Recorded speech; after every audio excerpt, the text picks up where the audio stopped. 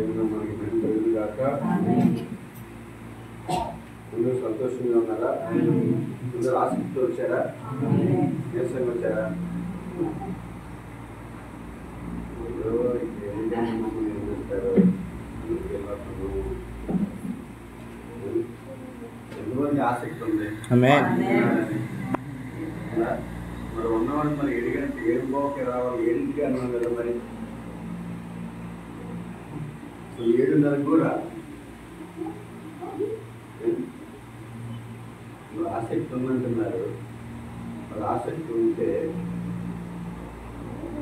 7:30 రావాలి. నేను అంత దూరం నుంచి వచ్చాను. ఒకరు రావాలి. దేవుడి జనార్దన్ ఒకరు ఉన్నారు. తర్వాత ఆంటీ వచ్చారు. ఇక్కడ ఉన్నారా?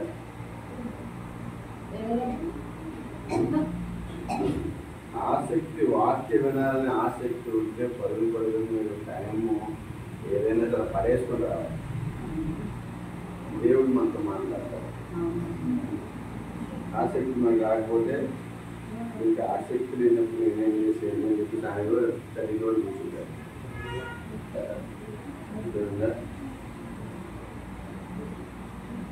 వచ్చేవారు ఎక్కడ వస్తారు?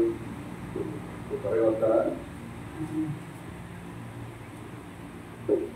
అందుకనే మీరు వచ్చి ఒక 10 నిమిషాల ముందు కూర్చొని ప్రార్థన చేసుకుంటే ఆ దైవికమైన వాతావరణం మన మధ్య ఏర్పడుతుంది.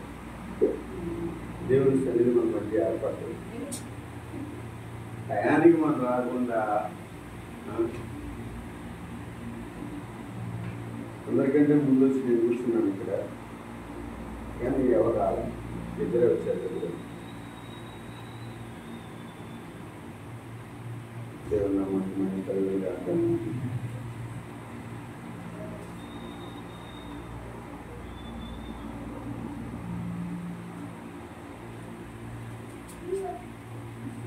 నిజంగా దేవుడు మన పట్ల చేస్తున్న కార్యం ఎంతో అద్భుతమైనది. నిజంగా దేవుడు మనం ఎలా చేస్తున్న ప్రతి కార్యము చాలా అమూల్యమైనది, ప్రాముఖ్యమైనది. మరి వచనము చాలా ప్రాముఖ్యమైనది. చూడండి, ఎందుకనగా కొంచెం పైన 19 గంటలు. అదేమనగా దేవుడు వారి అపరాధములను వారి మీద మోపక క్రీస్తునందు లోకమును తనతో సమాధాన పరచుకొనుచు ఆ సమాధాన వాక్యమును మాకు అప్పగించింది. కావున దేవుడు మా ద్వారా వేడుకొనినట్లు మేము క్రీస్తుకు రాయబారులమై దేవుడితో సమాధాన పడుటని క్రీస్తు పక్షముగా మిమ్మును బతిమాలుకొనుచున్నాము. ఎందుకనగా మనం ఆయన యందు దేవుని నీతి అగునట్లు పాపమెరుగని ఆయనను మన కోసము పాపముగా చేసింది. మనం నీతి అగినట్లుగా, ఎవరి నీతి అండి? దేవుని నీతి, మనుషుల నీతి కాదండి. దేవుని నీతి అగినట్లుగా మన కోసం ఆయన పాపముగా చేయబడ్డాడు. ఆమేన్. మనం నీతిమంతులుగా చేయడానికి కోసము ఆయన మన పాపములు తన మీద మోపబడ్డాయి. ఆయన పాపం ఎరగిన వాడు ఆయన. మరి నిజంగా అటువంటి విధంగా మరి దేవుడు మన కోసం గొప్ప త్యాగం చేశాడు ఆయన. ఆమేన్. మరి నిజంగా యేసుక్రీస్తు వారు మరి మత్తయి సువార్త ఒకసారి మనం చూసుకుంటే 27వ అధ్యాయంలో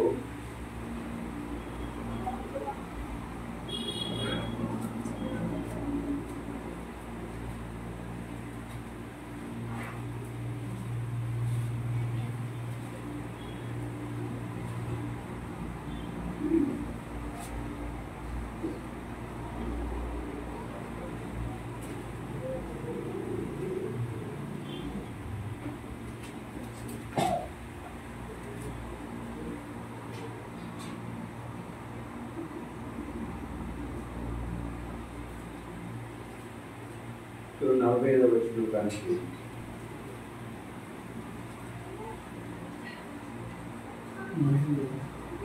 అక్కడ నిలిచిన వారిలో 27:45.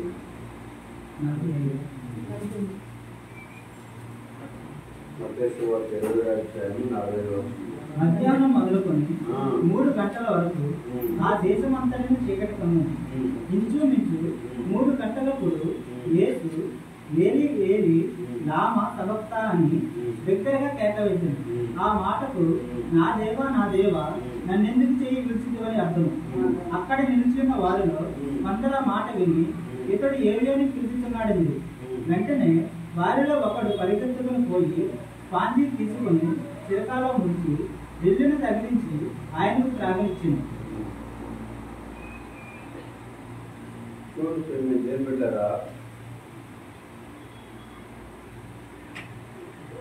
యేసుప్రభు వారు మన కోసం సేవలో చేసిన త్యాగము ఎంతో గొప్పది అంటే బిడ్డారా, మరి ఆ శిలువ మీద ఆయన్ని ఏమంటున్నారంటే ఆ రోమన్ సైనికులు మనం నిజంగా అనేకులు రక్షించావు కదా, నువ్వు దిగి నిన్ను రక్షించుకో అని చెప్పేసి ఆయన హేళనగా మాట్లాడడం జరిగిందంటే, అనేకులను రక్షించావు, ఇప్పుడు దిగి నిన్ను రక్షించుకున్నట్లయితే మేము నమ్ముతాను నిజమైన రక్షకుడు అని. మరి నిజంగా ప్రియమైతే ఏం పెట్టారా, ఆయన రక్షించుకున్నట్లయితే మనం ఎవరు రక్షించబడేవాళ్ళం కాదు. ఆయన రక్షించుకోవడానికి ఆయన రాలేదు, కానీ ఆయన మనం రక్షించడానికి వచ్చాడు ఆయన. మరి ఆ బందిపోట్లో నిజంగా ఆ రోమన బందిపోట్లు ఏమంటున్నారు, సైనికులు ఏమంటున్నారంటే నిన్ను రక్షించుకొని అక్కడ ఆ శిలువ నుంచి దిగివు, నిన్ను రక్షించుకో, అప్పుడు మమ్మల్ని రక్షించు. అనేకులు రక్షించావు కదా, ఇప్పుడు నిన్ను రక్షించుకో అని చెప్తున్నాడు. ప్రవక్త అన్నాడు ఏం పెట్టారా, ఆయన రక్షించుకున్నట్లయితే మనం ఎవరము రక్షించబడే ఉండేవారం కాదండి.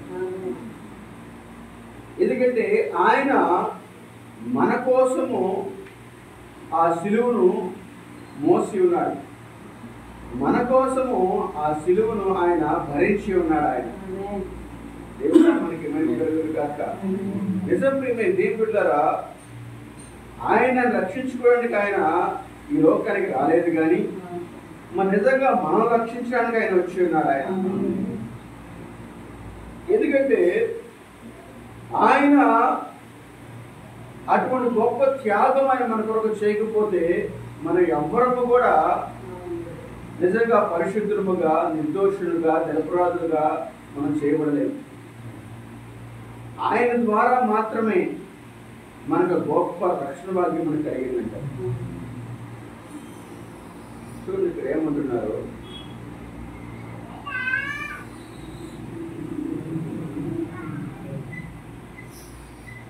మత పిచ్చి గుంపు అని పిలుచు DDPHD బహుగా చదువుకున్న పండితులంట. ఆయనకి ఎదురుగా నడిచి వెళుచు, ఇప్పుడు నీవు దేవుడు కుమారుడవైతే నువ్వు ఇతరులను రక్షించితివి, నిన్ను రక్షించుకోలేవా? శిలువ మీద నుండి దిగిరమ్ము, మరియు మేము నిన్ను నమ్ముతాం. నువ్వు శిలువ మీద దిగిరా, నేను మిమ్మల్ని నమ్ముతాం.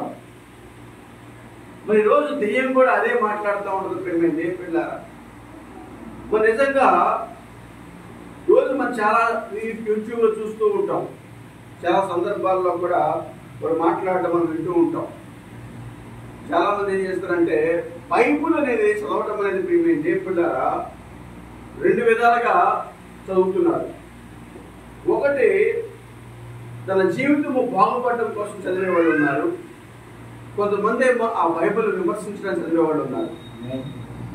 మరి నిజంగా విమర్శనాత్మకంగా తీసుకునేవాళ్ళు కొంతమంది ఉన్నారు. అయితే బైబిల్ చదివి చాలా మంది ఏం చేస్తున్నారంటే మార్కు సువార్త 16 అధ్యాయంలో మరి నమ్మిన వాడు రక్షించబడతాడు, నమ్మని వాడు శిక్షించబడతారు, నమ్మిన వారి వల్ల సూచికలు జరుగునని చెప్తున్నాడు కదా. మరి వారు పాములను ఎత్తుపట్టుకుంటారు, విషకరమైన ఏది తాగినా వారికి హాని చేయదు, వారు రోగుల మీద చేతులు స్వస్థ పొందుకుంటారు, వారు దెయ్యాలను వెళ్ళగొడతారు అని చెప్పబడింది కదా. అయితే ఇదిగో ఈ పాము ఉంది, దీన్ని పట్టుకో. ఇదిగో ఇక్కడ పాము ఉంది, దీన్ని పట్టుకో. ఎందుకంటే బైబిల్ చెప్తుంది కదా, నువ్వు నమ్మావు కదా యేసుక్రీస్తుని. నువ్వు నమ్మినప్పుడు మరి ఆ కార్యం జీవితంలో జరగాలి కదా. అయితే మరి బైబిల్ చెప్తుంది కదా, నమ్మిన వాడు వల్ల ఈ సూచక్రియ కనబడతాయి అని చెప్తుంది కదా.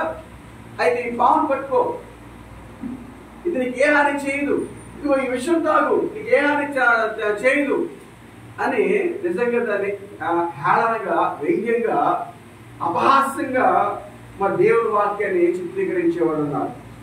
అలాగే మేము దేవుడు యేసు ప్రభు వారి ఆ శిలువలో ఎంతో బాధ అనిపించుచున్నాడు. ఆయన ఆ రెండు చేతుల్లో మేకులు కొట్టబడి, కాళ్ళలో మేకులు కొట్టబడి, శరీరం అంతా రక్తము అంతా కూడా పోయి మరి నిజంగా చాలా బలహీనమైపోయి, శరీరం అంతా గాయాలైపోయి ఆయన వేలాడబడుతున్న సమయంలో ఆయన హేళనగా మాట్లాడుతున్నారు. మన నిజంగా అనేకులు రక్షించుతుంది కదా, నువ్వు దిగిరా, నిన్ను రక్షించుకో, అప్పుడు మేము నమ్ముతాం అని మాట్లాడుతున్నారు. దేవుడు ఎంతగా మరి హేళనగా మాట్లాడుతున్నారు చూడండి. రమ్ము, మేము నమ్ముతాం అంటున్నారు వాళ్ళు. అయితే ప్రవక్త మాట చెప్తున్నారు, వారు ఆయన్ను అభినందించుతూ ఉన్నారని. నిజంగా వారు హేళనగా మాట్లాడుతున్నారే కానీ నిజంగా వారు దేవుని అభినందించుతున్నారంట. అభినందించుతున్నారనే విషయం వారికి తెలియదు. ఆయన తను తాను రక్షించుకోగలడు. అయితే ఆయన తను తాను రక్షించుకున్నట్లయితే ఇతరులు ఆయన రక్షించలేడు.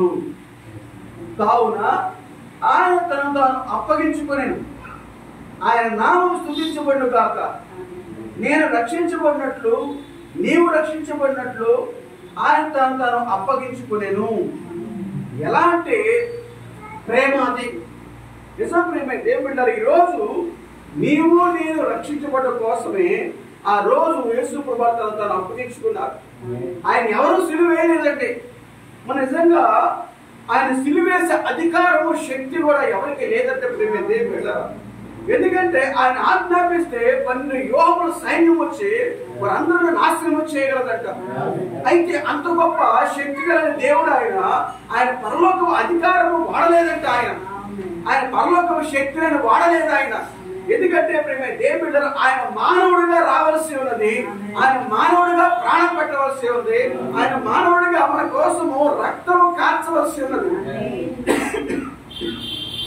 దేవుడు మనకి మహిమ కలుగుతుంది కాక. మన నిజం ప్రేమ దేవుడారా, ఆయన కనుక మానవుడిగా రాకుండా దేవాది దేవుడుగా మన మధ్యకు వస్తే ఆయన రక్తము కార్చలేడంట ఆయన. ఎందుకంటే ఆయన దేవాది దేవుడు, ఆత్మరూపైన దేవుడు. ఆయన ఆత్మరూపైన దేవుడు.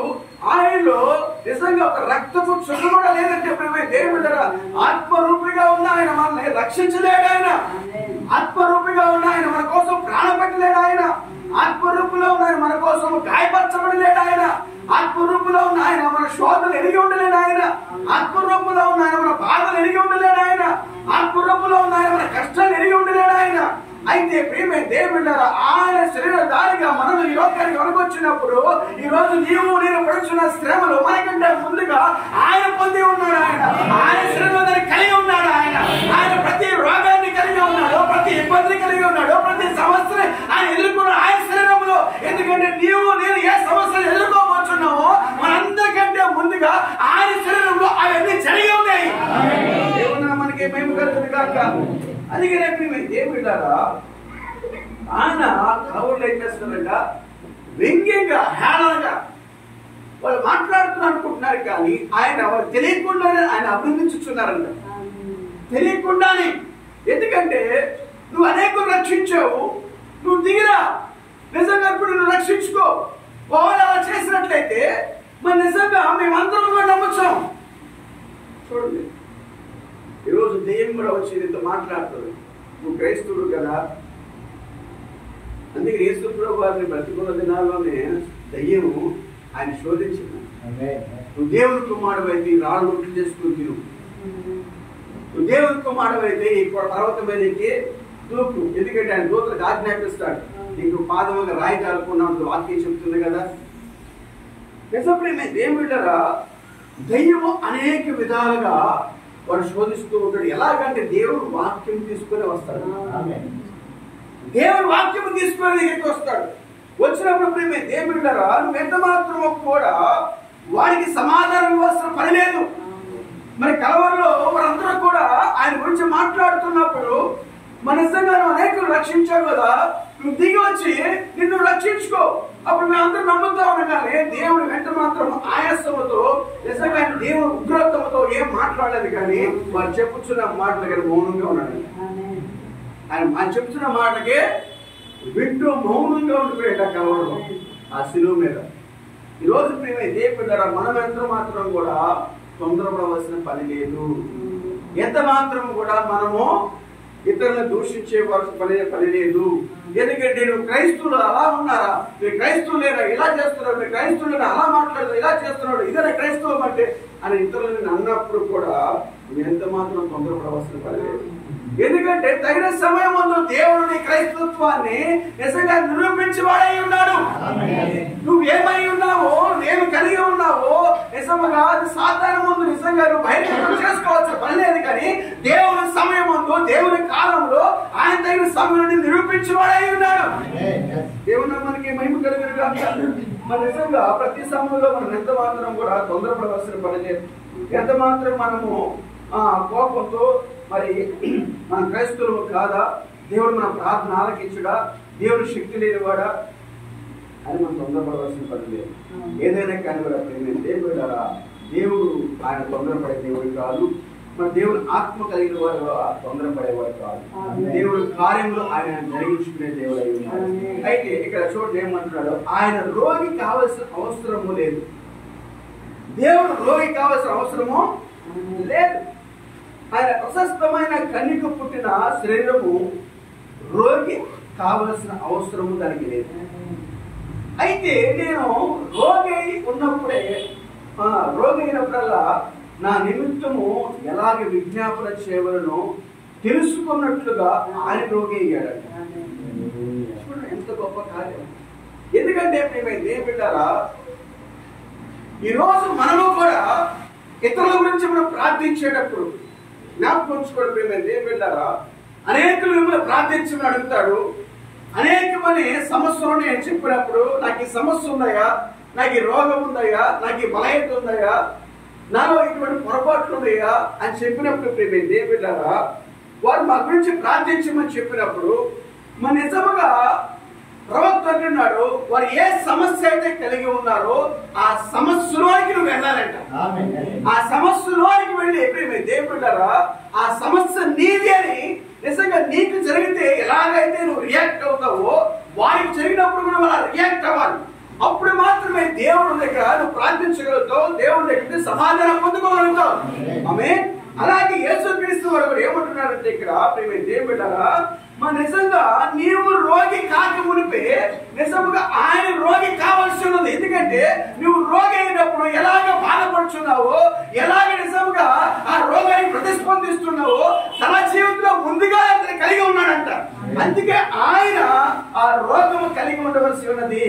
నిజంగా నిజానికి అయితే ఆయన రోగి అవసరం పడలేదు. ఆయన అసలు నిజానికి ఆయన రోగి అవసరం పడలేదు. ఎందుకంటే మన పాపేచ్ఛను బట్టి శరీరేచ్ఛను బట్టి కలిగిన వారము కంటే మన పాపాలను బట్టి రోగాలు మన మీద దాడి చేయొచ్చు, ఏర్పడి చేయవచ్చు.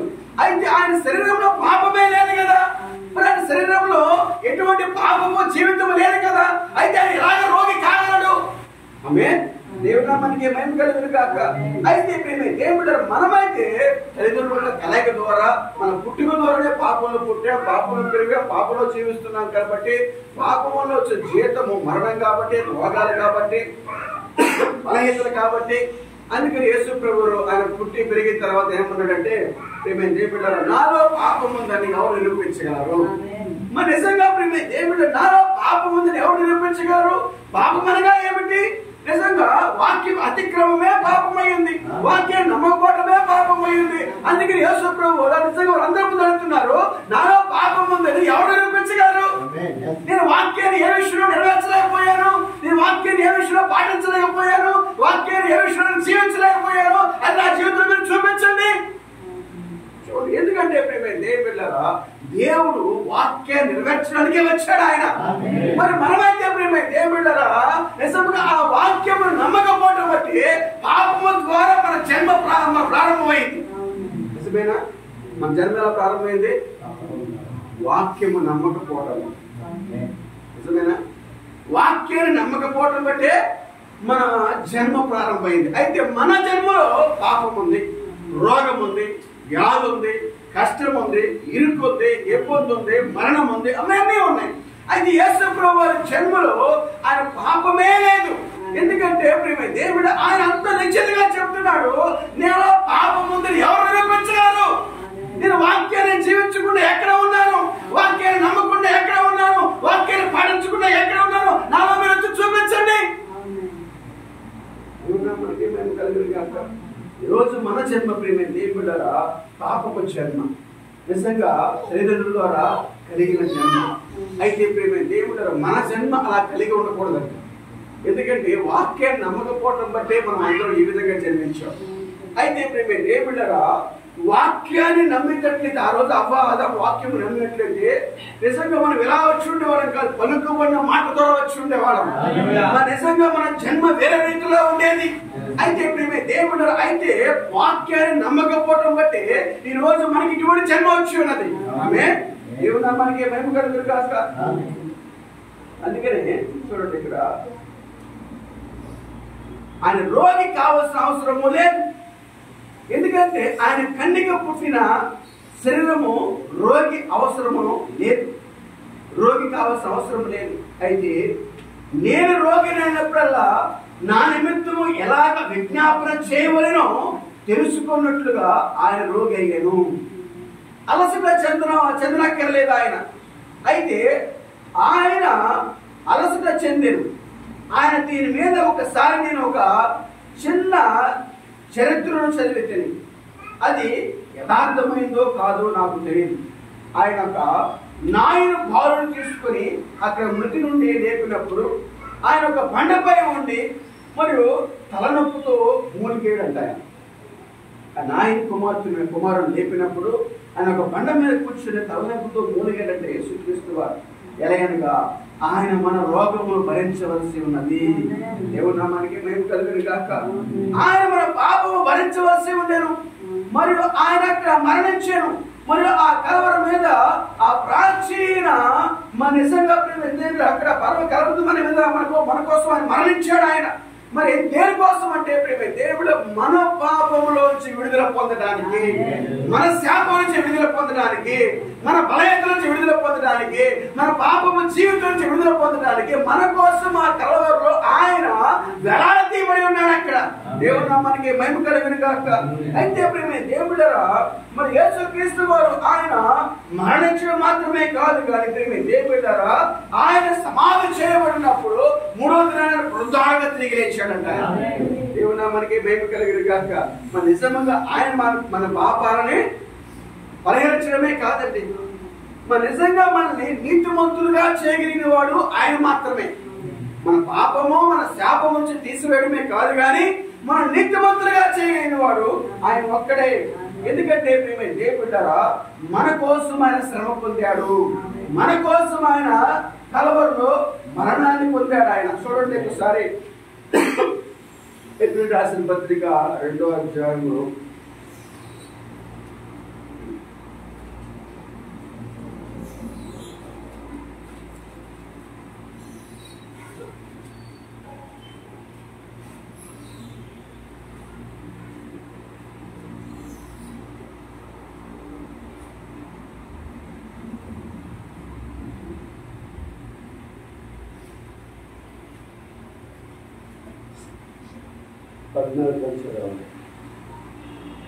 కాబట్టి ఆ పిల్లలు రక్త మాంసములు గలవారి నుండిగా ఆ ప్రకారమే మరణము యొక్క బలము గలవానిని అనగా అపవాదిని మరణము ద్వారా నశింపజేయుటకును జీవిత కాలం అంతయు మరణ భయము చేత దాస్యములకు లోబడిన వారిని విడిపించుటకును ఆయన కూడా రక్త మాంసములో పాలువాడాయను. ఆయన దేవతల స్వభావాన్ని ధరించుకోలేదంట. ఆయన ఆయన పరలోక స్వభావాన్ని ధరించుకొని రాలేదు, కానీ నీకులాగా నాకులాగా ఒక మానవ స్వభావాన్ని రక్త మాంసమైన దేహాన్ని ధరించుకుని ఆయన మన కోసం వచ్చాడు ఆయన. అందుకనే ప్రియమైన దేవుడు, ఎందుకంటే ఒక మానవుడు ఎటువంటి నిజంగా శ్రమను ఎదుర్కోబోతున్నాడు, ఒక మానవుడు ఎటువంటి బలహీనతలు ఎదుర్కోబోతున్నాడు, ఒక మానవుడు ఎటువంటి నిజముగా కష్టాన్ని ఎదుర్కోబోతున్నాడు, ఇవన్నీ కూడా నిజముగా పరలోకముల శరీరంలో ఆయన ఎదుర్కోలేడు, కానీ ఆయన మానవ దేవుడు దాన్ని రుచి చూడవలసి ఉన్నది ఆయన. ఆమేన్.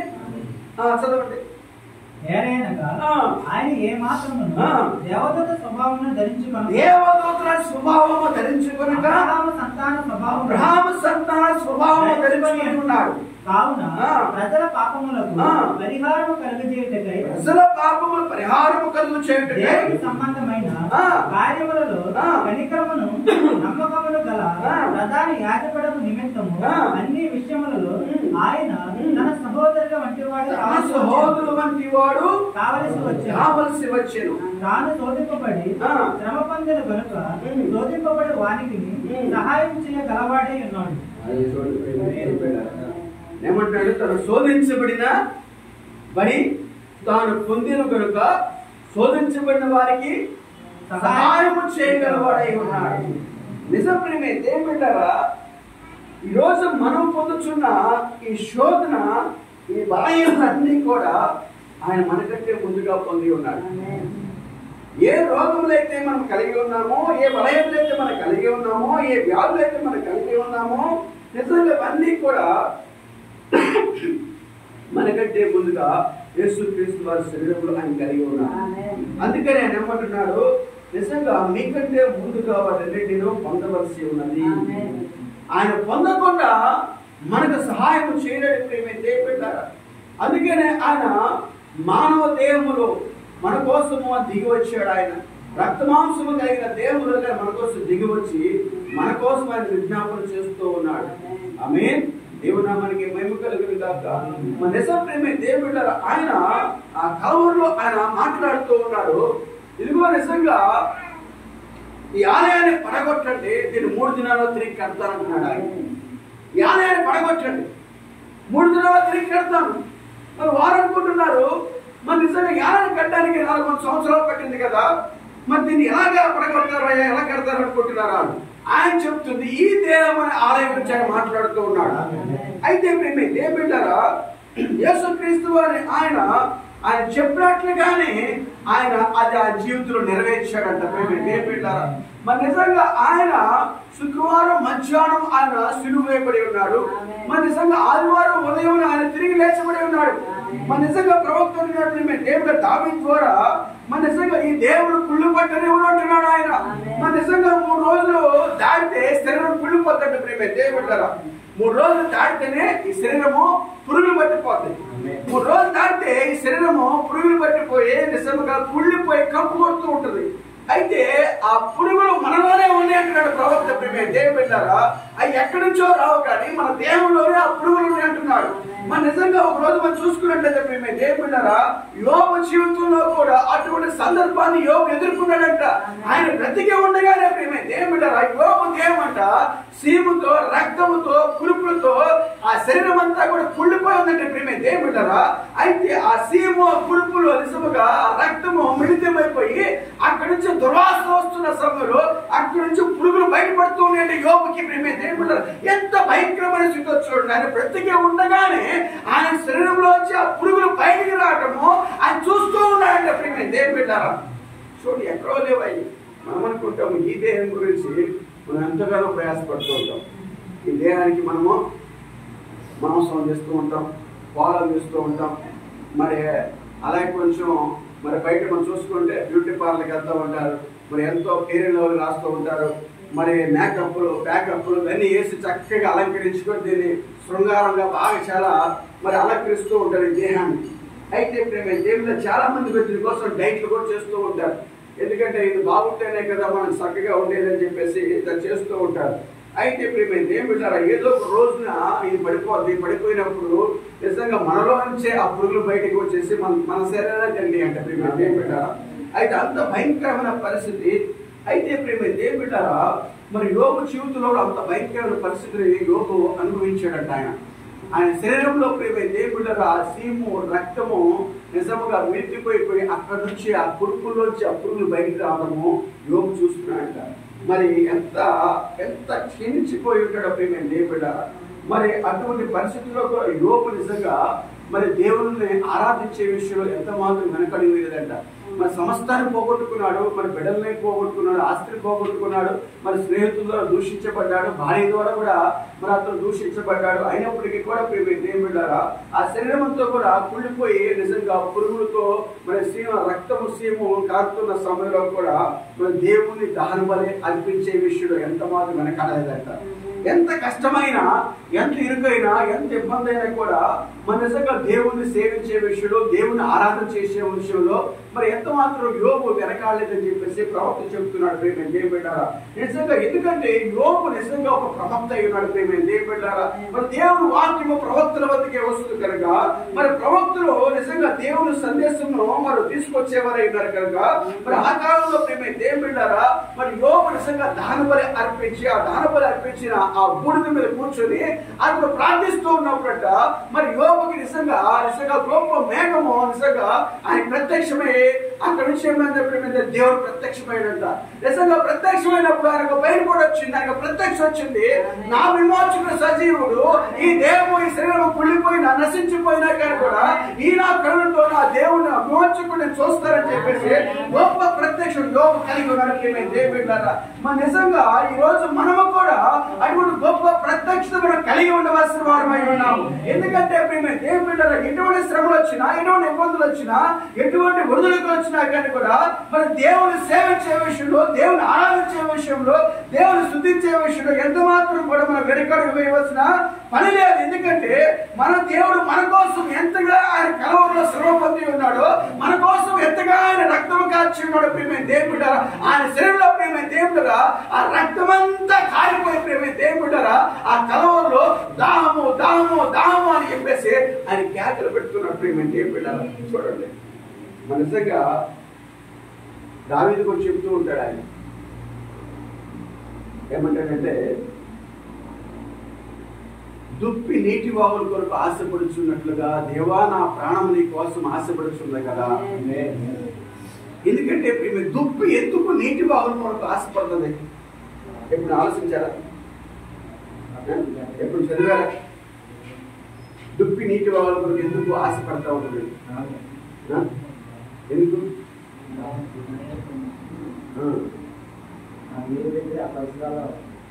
ఏదైనా దేవుళ్ళ వేటగాడిన ఆ నిజంగా అటువంటి ప్రమాదంలో చిక్కున్నప్పుడు చూడండి,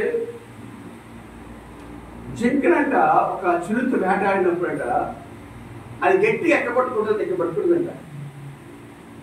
ఇక్కడ నరం ఉంటుందంట, జింకేర్ నరం అని ఒక పెద్ద నరం ఉంటుంది. ఇది హార్ట్కి దీనికి కనెక్షన్ ఉంటుంది. ఈ నరం కాడ గట్టిగా పట్టుకొని కాళ్ళు 4 కాళ్ళు పైకి పెట్టి అలా గట్టిగా ఎలా పడిందంట. ఆ దుప్పిని కానీ ఒక చక్కెర కానీ ఒక చిరుత వేటాడినప్పుడు అది గట్టిగా పట్టుకొని వేలాడ పడుతుందంట. వేలాడపడి ఎందుకంటే ఈ నరం కట్టేపోతే ఆ రక్తస్రావం ఎక్కువ కారిపోయి అది పడిపోతుంది, పరిగెత్తలేదు. అయితే దేవుళ్ళారా ఆ రక్తము స్రావణంలో అది ఎలాగైనా సరే దాని నుంచి తప్పించుకొని ఎక్కడికైనా మన నిజంగా ఆ నీటి వాగు దగ్గరికి వెళ్ళేసి వెంటనే ఆ నీరు తాగినప్పుడంట ఆ బ్లడ్ ఆగిపోతాడు. అటువంటి ప్రమాదంలో అటువంటి రక్తం అంతా కూడా కారిపోయిన సమయంలో అది దాహం కోసం పరితపిస్తుందంట, నీటి కోసం పరితపించి ఏం చేస్తుందట, ఎక్కడైనా ఒక వాగు కనబడితే ఆ వాగు కోసం తిప్పుకుంటూ వస్తుందండి. ఆ వాగు దగ్గరికి వెళ్ళి ఆ నీరు తాగగానే ఆ రక్తం ఆగిపోతాడు.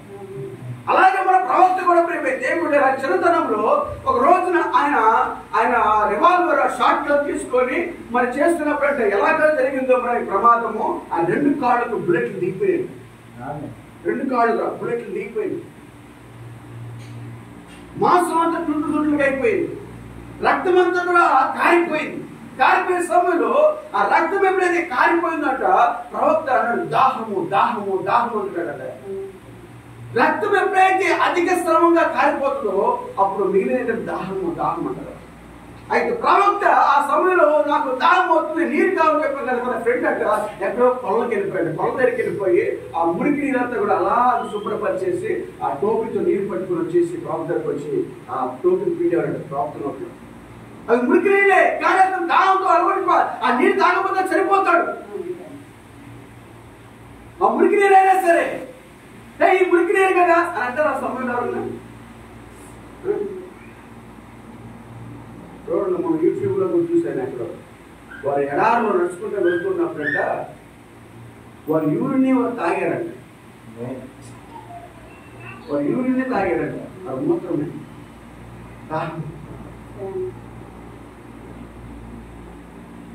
ఎందుకంటే ఎంత మాత్రం తొమ్మిది కానీ కూడా నీళ్ళు రాకపోతే ఏం చేస్తారు? బ్రతకాలి. అటువంటి పరిస్థితి.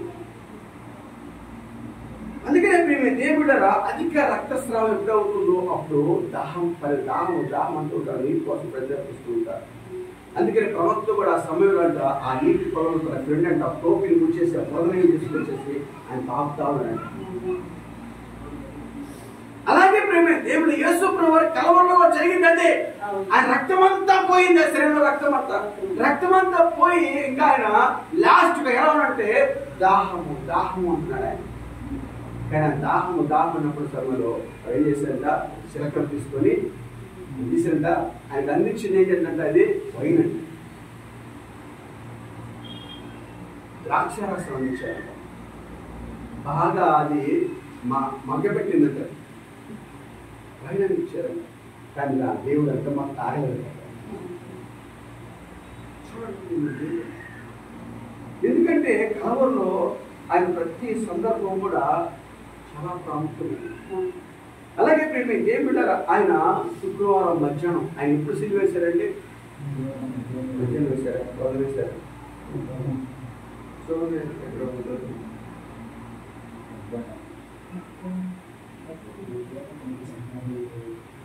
సువార్త 15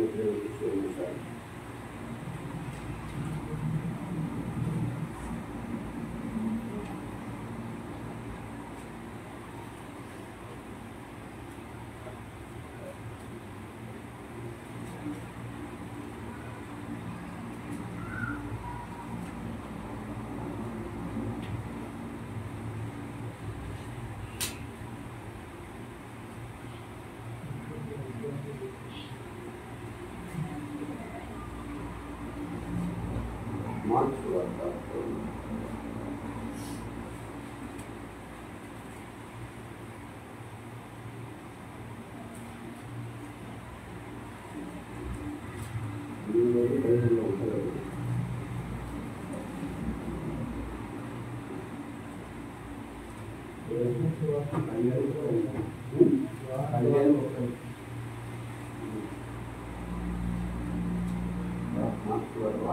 15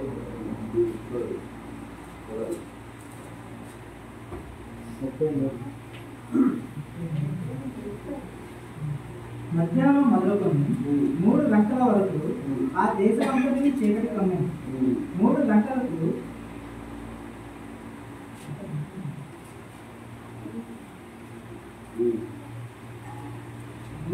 యేసు ఏలోయి లామా సబక్తాని బిగ్గరగా కేక వేసింది. ఆ మాటలకు నా దేవా నన్నెందుకు చేయి విడిచితివి అని అర్థం. ఆయన చనిపోయింది మధ్యాహ్నమే, కానీ సిలువేసిన ఉదయం అని చెప్తుంది బైబిల్లో ఉంటుంది. ఉదయాన్నే ఆయన సిలువ వేస్తారు.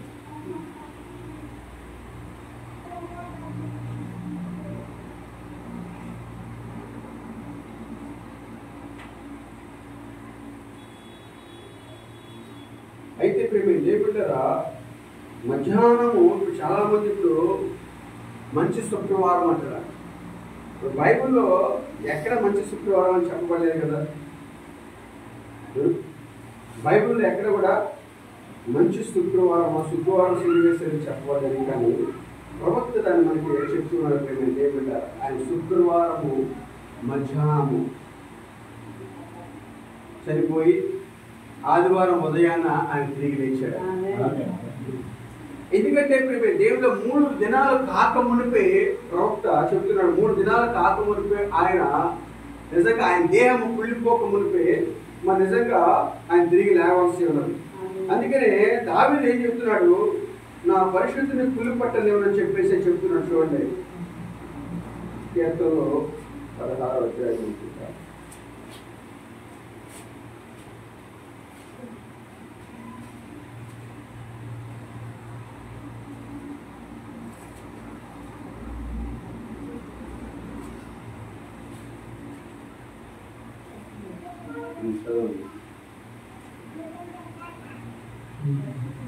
ఎందుకని నీవు నా ఆత్మను పాతంలో విడిచిపెట్టదు, నీ పరిశుద్ధిని కుళ్ళు పట్టనీయు, జీవ మార్గంలో నీవు నాకు తెలియజేసేది. చూడండి కీర్తన 16 ఏమన్నాడు, ఎందుకనగా నీవు నా ఆత్మను పాతాళంలో విడిచిపెట్టు, నీ పరిశుద్ధిని కుళ్ళు పట్టనీయు, జీవ మార్గమును నీవు నాకు తెలియజేసేది. సన్నిధిని సంపూర్ణ సంతోషము కలదు, నీ కుడి చేతులు నిత్యము సుఖము కలదు. ఏమంటున్నాడు, నీ పరిశుద్ధిని కుళ్ళు పట్టనీయవు, నీవు నా ఆత్మను పాతాళంలో విడిచిపెట్టవు. యేసు ప్రభువు ఎక్కడున్నారంటే 3 దినాలు, ఆయన 3 దినాలు కాక మునిపే ఆయన పునరుద్ధాడే తిరిగి లేచాడట. ఎందుకంటే దేవుళ్ళరా మరి లాజరు చూసుకున్నట్టు 4 దినాలు అయింది. అక్కడ లాజరును సమాధిలో పెట్టినప్పుడు 4 దినాలు అయినప్పుడు మరి నిజంగా యేసు ప్రభువు వచ్చేవాడికి మార్త అడుగుతుంది, అయ్యా నా సహోదరుడు ఇక్కడ ఉన్నట్లయితే ఎంత మాత్రం చనిపోయి ఉండేవాడు కాదయ్యా. అయితే ఇప్పటికైనా ఏమైంది, పునరుద్ధానము జీవము నేనే, నువ్వు నమ్మినట్లయితే ఇప్పుడు కూడా చూస్తావు అని చెప్పినప్పుడు దేవుళ్ళరా సరే పద అని చెప్పేసి మాత్రం మర్యాద తీసుకొని దేవుళ్ళరా లాజరు సమాధికి వెళ్ళినప్పుడు అక్కడ మరి లాజరు సమాధి మీద రాయి తొలగించుకున్నప్పుడు అప్పటికే మరి ఆ మార్త అంటుంది, అయ్యా 4 రోజులు అయిపోయింది అయ్యా, గుడిపోయి ఉంటుంది అయ్యా, శవం పురుగులు పట్టిపోయాడు, వాసన వస్తుంది అయ్యా అంటారు. అప్పటికే పురుగులు పట్టిపోయింది. ఎందుకంటే 4 దినాలు అయిపోయిన తర్వాత 72 గంటలు దాటితే నిజంగా ఈ ముక్కు ఊడిపోతాయి, శరీరంలో ప్రతి భాగం కూడా పుళ్ళు పట్టిపోతా ఉంటుంది, పురుగులు బయటకు వస్తూ ఉంటాయి. అందుకని 72 గంటలు దాటక ఉండిపోయి యేసు ప్రభువు తిరిగి లేచారు. చూడు దేవుళ్ళారా, ఎందుకంటే మరి కీర్తనకారుడు సెలవిస్తున్నాడు దేవుళ్ళారా, ఎందుకనగా నీవు నా ఆత్మను పాతాళంలో విడిచిపెట్టవు, నీ పరిశుద్ధిని కుళ్ళు పట్టనీయవు. అందుకే 72 గంటలు గడవక మునిపే దేవుళ్ళారా యేసు ప్రభువు తిరిగి లేచారంట. అయితే ఆ 3 దినాలు ఆయన ఎక్కడ ఉన్నాడంటే దేవుళ్ళారా మరి నిజంగా నోవా కాలంలో అవిధేయులైన వారు ఉన్నారు కదా, మరి నిజంగా వాడి దగ్గరికి వెళ్ళాడు, చెరలో ఉన్న ఆత్మ దగ్గరికి వెళ్ళాడంట. మరి నిజంగా నోవా కాలంలో ఒక్కడే కదా మరి నోవా బోధించిన 150 సంవత్సరములు. అయితే వారు ఏమన్నా యేసు ప్రభువు నిందిస్తారేమో అని చెప్పేసి యేసు ప్రభువు స్వయంగా వెళ్ళి వారికి బోధించారంట. మరి బోధించినప్పుడు అయినప్పటికీ దేవుడు వారు దేవుడి మాట వినలేదు. ఎందుకంటే వారు ఆత్మలు ఎక్కడ ఉన్నా ఒకటే, తిరుగుబాటు చేసే ఆత్మలో నిజంగా భూమిలో ఉన్నా పాతాళంలో ఉన్నా ఆత్మలో వాళ్ళ స్వభావం మార్చబడవు. ఎందుకంటే స్వభావాలు మార్చబడాలనేది ఈ లోకంలో మాత్రమే జరగాలి, కానీ వారు నిజంగా పాతాళానికి వెళ్ళి అదే స్వభావంతో ఉంటారు. ఈ లోకంలో ఏ స్వభావం అయితే నువ్వు కలిగి ఉన్నావో దేవుడారా ప్రవక్త అంటున్నాడు, మరణము నీ స్థానాన్ని మాత్రమే మార్చింది కానీ నీ స్వభావాన్ని మార్చదంట. అయితే నీ స్వభావము ఈ లోకంలో ఉన్నప్పుడే యేసుక్రీస్తు వారి రక్తము చేత నీ స్వభావం మార్చబడాలి, కానీ నిజంగా ఒకవేళ చనిపోయి నిజంగా నువ్వు నరకానికి వెళ్ళినా అక్కడి స్వభావం మార్చబడదు. ప్రవక్త అంటున్నాడు, ఇక్కడ ఒకవేళ నువ్వు తాగుబోతుగా మరణిస్తే అక్కడ కూడా అదే స్వభావం కలిగి ఉంటావు. ఒకవేళ అబద్ధ కోరిగా మరణిస్తే అక్కడికి వెళ్ళి అక్కడ అబద్ధాలు కోరిగానే ఉంటామంట. ఒకవేళ ఇక్కడ తిరుగుబోతుగా మరణిస్తే అక్కడికి వెళ్ళిన అదే విధంగా ఉంటామంట. ఎందుకంటే దేవుడు మార్పు అనేది భూమి మీద ఈ దేహంలో ఉన్నప్పుడే జరగాలి, కానీ ఈ దేహం దాటి వెళ్ళిపోయిన తర్వాత మార్పు అనేది జరగదు. స్వభావం అనేది ఇక్కడే మార్చబడాలి. మన స్వభావాలు నిజంగా మన స్వభావాలు యేసుక్రీస్తు రక్తము చేత నిజంగా మనం ఏం చేయాలంట, మన స్వభావాలు మార్పు చెందాలి. దేవుడు నామానికి మేము కలుగురు కాక. నిజం దేవుడారా అది నిజంగా నరకానికి వెళ్తే మన స్వభావాలు మార్చబడవు. యేసుక్రీస్తు వారు స్వయంగా వెళ్ళిన ఆ నోవా కాలం అవిధేయుల వాడు దీనికి వెళ్ళినా కానీ మరి ఎంత మాత్రంలో వినలేదంట. యేసు ప్రభువు రోజు వేస్తారంట. భూమి మీద నోవాహుని ఏ విధంగా త్రోసివేశారో యేసు ప్రభువు స్వయంగా ఈయన బోధించినా కానీ కూడా ఆయన మాట వినుకుని త్రోసివేసినప్పుడు అయితే ఏ బిడ్డరా సాతాను అంటున్నాడంట, ఇప్పటికే భూమి మీద ఎంతో మంది చంపాను, నేను సంపాదించుకున్నాను అనుకున్నాను, కానీ నేను ఏమేమి చంపాను, ప్రవక్తలు చంపాను, అనేక మంది చంపినప్పుడు నేను పొందుకున్నాను అనుకున్నాను, నిజంగా ఇప్పటికి వచ్చావు, ఇప్పుడు నా వస్తువులోకి వచ్చావు అని చెప్పనగానే అప్పుడు నిజంగా సాతాను అంటే ఒక తల్లిదండ్రులు దేశప్రభు ఒక తల్లిదండ్రిని నిజంగా వారి ఒట్లో ఉన్న తాళపుట్టు లాక్కొని, ఎందుకంటే పాపానికి వెల చెల్లించబడింది, అది నిజముగా కలవరలో వెల చెల్లించబడింది, రక్తము కార్చబడింది, నిజంగా విమోచించబడిన ప్రజలు విమోచించిన అని చెప్పేసి అధికారముతో దేవుడు అపవాదుడు తాళపుట్టు తీసుకున్నాడు. అపవాదుడు తాళపుట్టు తీసుకొని, ఎందుకంటే దేవుడి చెరలో వాడు నిజంగా భూమి మీద ఉన్నప్పుడు అందరూ వారసులోనే ఉన్నారు. మన నిజంగా దేవుడు ప్రతి వాడు వారసులో ఉన్నారు. నిజంగా మనం చూసుకున్నట్లయితే ఎక్కడంటే సమూహల కాలంలో మనం చూసుకున్నట్లయితే సమూహలు చనిపోయినప్పుడు మన నిజంగా పాతాళానికి వెళ్ళిపోయినప్పుడు దేవుడారా అక్కడ ఎవరు పిలిచారంటుంది సమూహల్ని.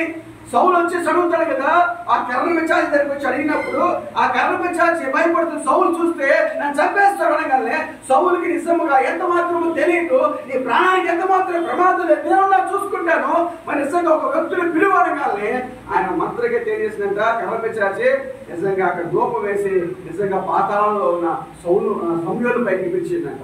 అప్పుడు సమూయేలు నిజంగా ఆ వ్యక్తి చూసినప్పుడు ఎలా ఉన్నాడంటే తెల్లటి వస్త్రాలు వేసుకొని ఉన్నాడు. నిజంగా ఆయన పైకి వస్తే చూసినప్పుడు అతను సమూయేలును చూసినప్పుడు ఇతను సౌలును గుర్తించిందంట. అయితే నా సౌలును ఎందుకు మోసగించాను అంటుంది ఆమె. ఇంకేమి ప్రమాదం లేదు. చూడండి దేవుడారా, సౌలు నిజంగా ఎప్పుడైతే దేవుని దర్శనాన్ని కోల్పోయాడో, దేవుని యొక్క సన్నిధిని కోల్పోయాడో, మన ప్రవక్త అయినప్పటికీ అక్కడ ఆయన ఏమైందంట, వాక్యాన్ని నిజముగా వాక్యానికి లోపడే తత్వం కోల్పోయాడు. ఎందుకంటే దేవుడారా ఆ కాలంలో అతనికి దర్శనాలు లేవు, ప్రవక్త లేవు, కళలు లేవు, స్వప్నాలు లేవు, ఏమి అన్నీ ఆగిపోయినాయి. అయితే యుద్ధానికి వెళ్ళాలి. యుద్ధానికి వెళ్ళాలంటే ఆ యుద్ధంలో గెలుస్తానా ఓడిపోతానా మరి వెళ్ళమని చెప్పేవాళ్ళు. నాకు ప్రవక్త లేడు, ఇప్పుడు సమయంలో లేడు, మరి అయితే దర్శనం లేదు, కళ లేదు, ఎవరు లేదు, నేను ఎలా వెళ్ళాలి యుద్ధానికి అని చెప్పేసి అయితే సమయంలో పిలవాలి. సమయంలో నాకేం చెప్తానని చెప్పేసి ఆ కర్ర పిశాచి దగ్గరికి వెళ్ళిపోయి ఆ కర్ర పిశాచి ఏం చేసిందంట, సమయంలో పైకి పిలిచినప్పుడు సమయంలో నిజంగా ఎందుకని పిలిచావంటే నేను రేపు యుద్ధానికి వెళ్ళాలి, మనకు ఎవరు సమాచారం చెప్తారు అనగానే సమూయేలు అంటున్నాడు, రేపటికి నీవు నీ కుమారుడు నా స్థలంలో ఉంటారు, నేను ఉండే స్థలంలో మీరు ఉంటారు అని చెప్తున్నాడు దేవుడు. ఎందుకంటే వారు మరణించిపోతున్నారు. ఎందుకంటే దేవుడు ప్రతిదీ కూడా ఆ కాలంలో అపవాది స్వాధీనంలో ఉంది. కింద పాతాళం అంతా కూడా ఆ రెండు చెరలో కూడా అపవాది స్వాధీనంలో ఉన్నాయి. అందుకని యేసు ప్రభువు వారు ఆయన రక్తము పాత నిబంధనలో ఉన్న పరిశుద్ధ రక్తము నిజంగా అప్పటి వరకు మేకల యొక్క గొర్రెల యొక్క కోడి యొక్క రక్తం కింద ఉన్నారు. అయితే వారిని పరిపూర్ణంగా విమోచించడానికి ఎప్పుడైతే అందరూ భక్తులు ఎవరి కోసం ఎదురు చూసారు, యోగు వీళ్ళందరూ ఎవరి కోసం ఎదురు చూస్తారండి, నిజంగా విమోచకుడు కోసం. ఎందుకంటే ఆయన రక్తము కాచినప్పుడే వారందరికీ విడుదల, వారి జీవితంలో అందరికీ విడుదల. కాబట్టి ఆయన ఎప్పుడైతే మరణించి పాతాళానికి వెళ్ళిపోయి అపవాది దగ్గర తన్ని అంట ఆ తాళపు చేతులు లాక్కొని వెళ్ళిపోయి వెంటనే వెళ్ళంట పరిశుద్ధ తాళాలు తీసేదంట. దీనివల్ల దేవుడురా వెంటనే డోర్ ముందు ఎవరున్నాడంటే అబ్రహాం ఉన్నాడంట. అబ్రహాం నిజంగా ఎవరు పిలుస్తున్నాడు, శారాను పిలుస్తూ ఉన్నాడు. శారా నిజంగా అక్కడ హానోకును, దానియేలును, నిజంగా అక్కడ యెషయాని, నిజంగా అందరూ ఒకరు పిలుచుకుంటూ దేవుడురా మన విమోచకుడు వచ్చాడు. ఎవరి కోసమైతే మనం ఎదురు చూస్తున్నామో, భూమి మీద ఎవరి కోసమైతే మనం ఎదురు చూసామో, ఎవరి గురించి అయితే మాట్లాడి ఉన్నామో ఆయన స్వయంగా వచ్చి ఉన్నాడని చెప్పగానే ఆయన నా ప్రజలారా రండి బయటికి, మనం పైకి వెళ్ళిపోదాం అని చెప్తున్నప్పుడు దేవుడురా యేసు ప్రభువు నిజంగా ఆ పరిశుద్ధులు అందరినీ తీసుకుని పైకి వచ్చేసాడు దేవుడురా. అయితే ఆయన అంటున్నాడు దేవుడురా భూమి మీద నాకు కొంత పని ఉన్నది, నా శిష్యుడికి కొంత బాధ్యత అప్పచెప్పవలసి ఉన్నాను. అయితే ఆ బాధ్యత అప్పగించేంత వరకు 40 దినాలు మీరు ఇక్కడ సంచారము చేయండి, మీరు ఇక్కడ తిరగండి అని చెప్తూ ఉన్నాడు దేవుడురా. అయితే ఎప్పుడైతే దేవుడురా ఆ 40 దినాలంట అక్కడ వారి దేహాలు ఎవరంట యవ్వన దేహాలుగా మార్చబడి అంట. నిజంగా వృద్ధులు, నిజముగా చంటి పిల్లలు వీళ్ళందరూ కూడా ఎలా ఉన్నారంట పరిశుద్ధులు యవ్వన దేహాలుగా మార్చబడి ఉన్నారు. అయితే అక్కడ కొంతమంది చూస్తున్నప్పుడంట చాలా మంది కనపడ్డారంటే దేవుడురా వాళ్ళు ఎన్నికలో ఉన్న వారికి, ఏర్పాట్లో ఉన్న వారికి నిజంగా వారికి కనపడ్డారు. అయితే ఈ కాలంలో కూడా ఒక గొప్ప కాలం రాబోతుంది దేవుడురా. గొప్ప స్వరం వినబడినప్పుడు వృద్ధులు నిజంగా లేచి దేవుడురా సజీవులకి కనబడినప్పుడంట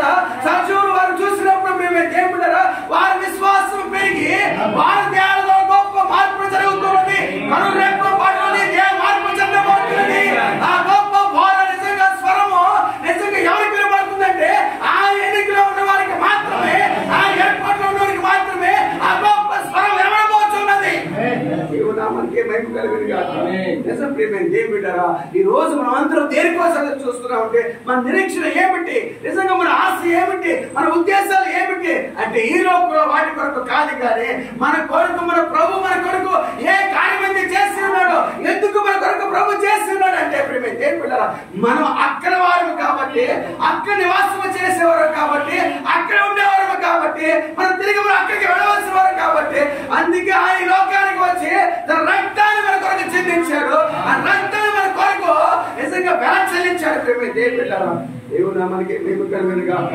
నిజం ప్రేమ దేవుని బిడ్డలారా, యేసు ప్రభువు వారు నిజంగా ఆ కలవరంలో చేసిన త్యాగము ఎంత విలువైందో చూడండి. ప్రేమ దేవుని బిడ్డలారా, ఈ లోకంలో ఎవరు కొరకు చేయాల, ఏ మానవుడు కూడా చూడండి ఎవరు ఆ యూట్యూబ్లో పెట్టారు. యేసుక్రీస్తు వారు మన కోసం మరణించారు, మనం నమ్ముతాం కదా. మరి ప్రవక్త గారు మన కోసం మరణించారా?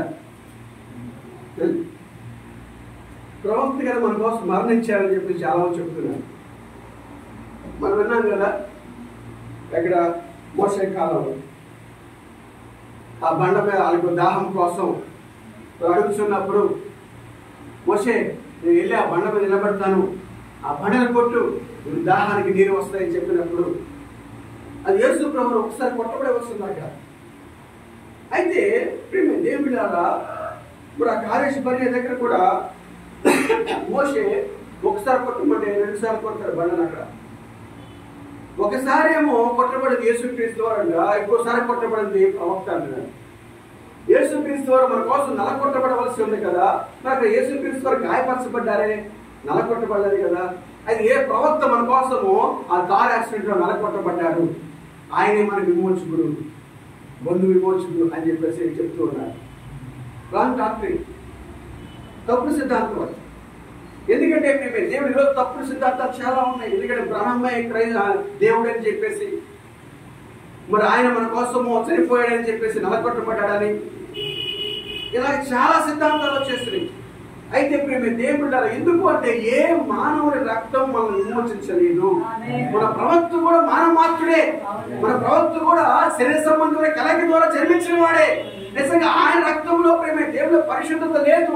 ఎందుకంటే ఆ రక్తం మన కొరకు సరిపోదు మనం విమోచించడానికి. మన రక్తము నిజంగా కన్యక గర్భవతి కుమారుడు కరుణ ప్రవచనము నిజంగా మరీ జీవితం నెరవేర్చబడింది. ప్రేమ దేవుని బిడ్డలారా, ఆ కన్యక ఎలా గర్భవతి అయిందంటే పరిశుద్ధాత్మ రక్త కణము ద్వారా ఆమె గర్భవతి అయింది. పరిశుద్ధాత్మ ద్వారా. మనమందరం కూడా మానవ మాత్రమే, తల్లిదండ్రులు వచ్చిన వారమే. మనలో స్వార్థం ఉంది, అసూయ ఉంది, ద్వేషం ఉంది, కక్ష ఉంది. అయితే ప్రవక్త గారు కూడా ఏ రోజు చెప్పలేదు ఆయన నేను మీకోసం పట్టబడ్డాను, నేను మీరు విమోచించాను చెప్పలా ఆయన. కానీ వీళ్ళందరూ కూడా వర్తమానాన్ని తప్పుగా అర్థం చేసుకొని, తప్పుగా అనువాదించి ప్రజలంట నరకాన్ని తీసుకెళ్ళిపోతున్నారు. అయితే ఇప్పుడు దేవుడు మన కోసం కొట్టబడ్డాడు. ఆ కలవలో మన కోసం గాయపరచబడింది మన ప్రభు మాత్రమే. మన కోసం ప్రాణం పెట్టిన వారు ఎవరైనా ఉన్నారంటే ఈ లోపల మన ప్రభు మాత్రమే. ఆయన మాత్రం ఆ రక్తమే మనం విమోచించగలిగింది, ఆ రక్తమే మన పాపాలను తీసివేయగలిగింది, ఆ రక్తమే మనకు స్వస్థత ఇవ్వగలిగింది, ఆ రక్తమే మన నిజంగా భద్రపరచగలిగింది. ఆ రక్తము కింద ఎప్పుడైతే వస్తున్నావో ఆ రక్తంలో ఉన్న ఆత్మ నిన్ను ప్రొటెక్షన్ చేస్తుంది, నిన్ను భద్రపరుస్తూ ఉంటుంది. దేవుడు నామానికి మహిమ కలుగును గాక. నిజం ప్రేమ దేవుడు మన కోసం చేసిన ఆ గొప్ప త్యాగాన్ని మనం అంత మాత్రం మర్చిపోకున్నట్లుగా దేవుడు చేసిన త్యాగాన్ని మనం మరొక నిత్యము ఆయన చేసిన త్యాగాన్ని మనము నిజంగా స్మరణ తెచ్చుకొని, ప్రభా నా జీవితంలో చేసిన గొప్ప త్యాగాన్ని బట్టి, ప్రభా నా బలహీనతలు బట్టి, నా రోగాలను బట్టి, నా సమస్యలు బట్టి, ప్రభా నాకంటే ముందుగా నిజంగా నువ్వు అనుభవించి ఉన్నావు నాయన. నిజంగా మనం ప్రార్థన చేసినప్పుడు దేవుడు మన జీవితంలో గొప్ప కార్యాలు చేస్తారు ఆయన. అనేక తప్పుడు బోధలు వస్తూ ఉంటాయి. ఏమాత్రం కూడా దాన్ని మనము చేయకూడదుగా మన గురికి, మన గమ్యానికి అక్కడ అయిపోయిందని, మన నిజంగా ఇదే మేడమైన మనకి దేవుడని, మన నిజంగా ఆయన మన కోసం పట్టబడ్డాడని అనేకమైన డాక్టర్స్ తీసుకొస్తూ ఉన్నారు. మన జాగ్రత్త. ఏదైనా కానీ కూడా మేము దేవుడు రాకడ సమీపించే దినాల్లో మనం ఉన్నాము. ఏ సమయం ఎప్పుడేం జరగబోతుందో మనకు తెలియదు కనుక మనం ఎప్పుడు కూడా మనం సిద్ధపడి ఉన్నప్పుడు, మరి ప్రభువు రాకడ కొరకు మనం ఎదురు చూస్తున్నప్పుడు ఆ గొప్ప స్వరము నిజంగా ఆ ఎన్నికలో ఉన్న వారికి మాత్రమే వినపడుతుంది. ప్రేమ దేవుడు ఆ కడబోర నిజంగా ఎవరికి వినపడుతుందంటే ఎన్నికలో ఉన్న వారికి మాత్రమే. ఎవరైతే పరిశుద్ధాత్మ కలిగి ఉన్నారో, ఎవరైతే పరిశుద్ధాత్మ పొంది ఉన్నారో వారికి మాత్రమే ఆ స్వరం వినపడుతుంది. ఎందుకంటే నేను దొంగ వలె వస్తా అన్నాడు. అయితే ప్రేమ దేవుడుగా దొంగ మరి ఎవరికి తెలియకుండా వస్తాడు. అయితే ప్రేమ దేవుడుగా మన ప్రభు ఆయన గొప్ప స్వరాన్ని వినిపింప చేస్తూ ఉన్నాడు. ఆ స్వరము అందరికీ కాదు, కానీ ఎవరైతే క్రీస్తునందు నిద్రించి ఉన్నారో, మృతులై ఉన్నారో పునరుద్ధానం వారికి జరుగుతుంది. ఆ తర్వాత సజీవులైన వారికి మనకి అది జరుగుతుంది. దేవునామానికి మేము చిన్న వర్గం ప్రార్థన చేసుకున్నాం.